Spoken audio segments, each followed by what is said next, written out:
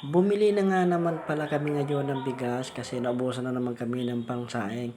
Kasi matagal pa kasi makukuha yung sahod ko sa Tupad at yung AKAP at saka yung sa Purpose. Medyo malayo pa. Kaya naisipan ko nga, bumili na nga muna dito. Magpaluwal na muna ako kasi para may pangsaing muna kami. Ayan, oo, totoo. Kasali po ako sa Tupad, sa AKAP at sa Purpose. Lahat po yan tatlo, kasali ako. Ganyan tayo kalakas. Hindi, joke lang. Shoutout nga pala sa iyo, brother. Salamat sa pagbuhat. Yan, isang sakong bigas. Subalay, pinili ko nga yung medyo masarap kasi halos kumakain na nga itong bunso ko. Yung medyo malambot. At saka, yung mga anak kong iba. Subalay kami nga noon, sanay kami sa NFE. Yun, subalay dumiretso kami dito sa Lobo para mag-grocery.